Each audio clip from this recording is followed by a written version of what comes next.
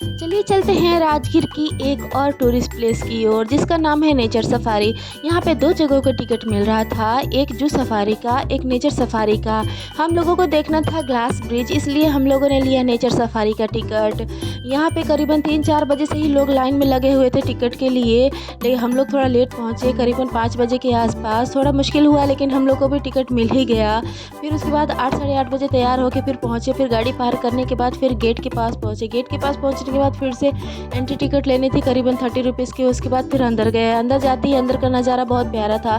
जंगली जानवरों का मूर्ति बना के सजाया गया था। प्यारे प्यारे से फ्लावर्स थे, सुंदर था, हरियाली थी, फूल पत्ती देख के बहुत अच्छा लग रहा था। और फिर हम लोग और ज़्यादा देर रुके नहीं क्योंकि हम लोगों को पहुंचना था बस स्टॉप। बस स्टॉप ही पहुंच के फिर जाना था नेचर सफारी की ओर। फिर वहाँ से हम लोग आगे को चले गए। फिर उसके बाद पहुँचे बस स्टॉप। बस स्टॉप में करीबन एक साथ 25 लोगों को लेके जा रहा था क्योंकि 25 लोगों का ही सीट था, इसलिए 5 मिनट वेट करने के बाद हम लोग को भी बस में जाने का नंबर आ ही गया। फिर हम लोग बस में बैठे, सोचे तुरंत पहुंच जाएंगे, लेकिन ऐसा नहीं। करीबन 15-20 मिनट का सफ़र है बस का। बस का किराया टिकट के अंदर ही इंक्लूड है और किसी चीज़ का नहीं, हर चीज़ का अलग से टिकट लग रहा था। उसके बाद 15-20 मिनट के सफ़र के बाद हम लोग पहुँच गए नेचर सफारी के गेट के पास।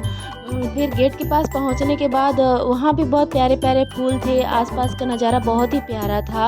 वहाँ गेट के एक साइड से ही ग्लास ब्रिज का टिकट मिल रहा था और एक आदमी का 150 रुपया था। और टिकट लेने के बाद फिर जाना था ग्लास ब्रिज की ओर।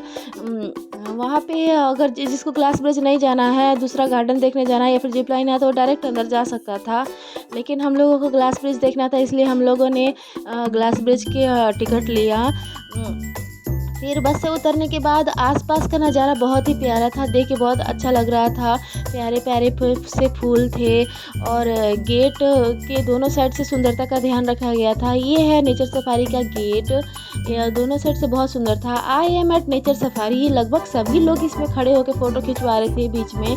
बहुत प्यारा नज़ारा था। टिकट लेने के बाद हम लोग गेट के अंदर गए। थोड़ा देर पैदल पहुँचने के बाद हम लोग पहुँच गए ग्लास ब्रिज के नीचे। थोड़ा सा हम लोग को वेट करना था क्योंकि हम लोग का नंबर नहीं आया था। यहाँ पर नंबर के हिसाब से सबको जाने दे रहा था और नंबर के हिसाब से ही टिकट मिल रहा था और नंबर के हिसाब से सबको जाने दे रहा था। हम लोग थोड़ा देर वेट करने के बाद हम लोग का भी नंबर आ ही गया ग्लास ब्रिज के ऊपर जाने का। फिर हम लोग गए। वहाँ पे एक बात था कि 3 से 4 साल के बच्चों को नहीं जाने दे रहा था, बाहर ही रोक ले रहा था। अगर हस्बैंड वाइफ बाहर खड़े हैं और हस्बैंड वाइफ आए हैं छोटे बच्चे लेके, तो बाहर बच्चा लेके एक खड़ा रहेगा, दूसरा अंदर आएगा, फिर एक जन बाहर बच्चा लेके खड़ा रहेगा, तो अकेले अकेले घूम के जा रहा था। ये अच्छा नहीं था। यहाँ तक कि छोटी गोदी में बच्चा था उसको भी नहीं जाने दे रहा था ये, लेकिन सुरक्षा के हिसाब से देखा जाए तो ठीक ही था क्योंकि सुरक्षा मेन ज़रूरी है। उसके बाद हम लोग आगे को बढ़ते गए क्योंकि गार्ड भैया एक जगह पर खड़े रहने नहीं दे रहे थे। गार्ड भैया बोल रहे थे कि भाई जल्दी जल्दी घूमो और जाओ, ज़्यादा देर तक नहीं रुकना है क्योंकि सबको नंबर मिलना चाहिए। बहुत लंबा लाइन लगा हुआ है, सबको आने का मौका मिलना चाहिए ग्लास ब्रिज के ऊपर। और ग्लास ब्रिज के से नीचे देखने पे आर पार दिखाई दे रहा था, जो बड़े बड़े पेड़ थे वो छोटे छोटे से पौधे दिखाई दे रहे थे, इतना ऊपर थे हम लोग। और वहाँ का नज़ारा बहुत प्यारा था, आसपास हरियाली थी। अगर महीना दूसरा होता तो बहुत सुंदर दिखाई देता, हरा भरा सा दिखाई देता। अप्रैल के महीना में उतना ज़्यादा सुंदर नहीं दिखाई दे रहा, लेकिन फिर भी सुंदर दिखाई दे रहा था क्योंकि पहाड़ तो अपने आप में ही खूबसूरत दिखाई देते हैं, चाहे सूखे हो चाहे हरे हो। यह ग्लास ब्रिज के एंड के पास पहुंचने पे ऐसा महसूस हो रहा था कि जैसे हिल रहा है, लेकिन सिर्फ महसूस हो रहा था।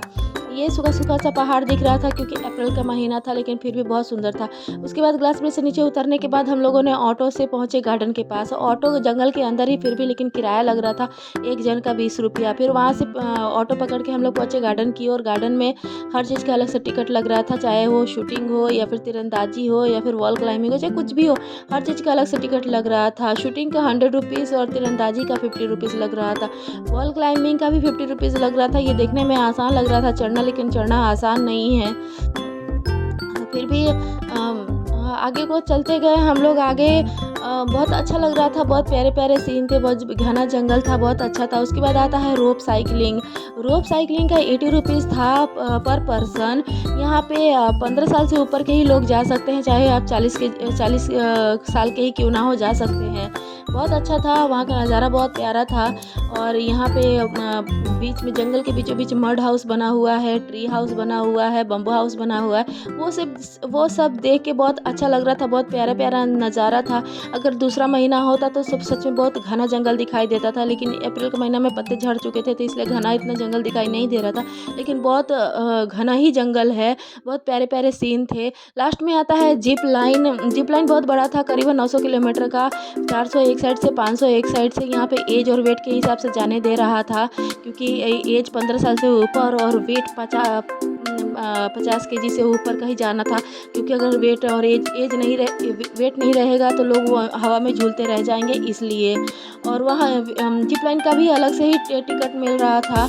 और उसके बाद ये जंगल का नज़ारा बहुत प्यारा था, गार्डन में बहुत सुंदर लग रहा था। बस यही था नेचर सफारी का सफ़र, और ज़्यादा कुछ तो है नहीं नया, बस यही था। वहाँ ग्लास ब्रिज का ही वहाँ पे एक है देखने लायक, बाकी सब कुछ हर जगह मिल ही जाता है देखने को।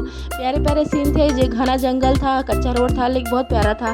एक वहाँ पे महात्मा बुद्ध का जो मूर्ति बना हुआ था, बहुत प्यारा था। बस यही था सफ़र। हमारे वीडियो में लास्ट तक बने रहने के लिए शुक्रिया।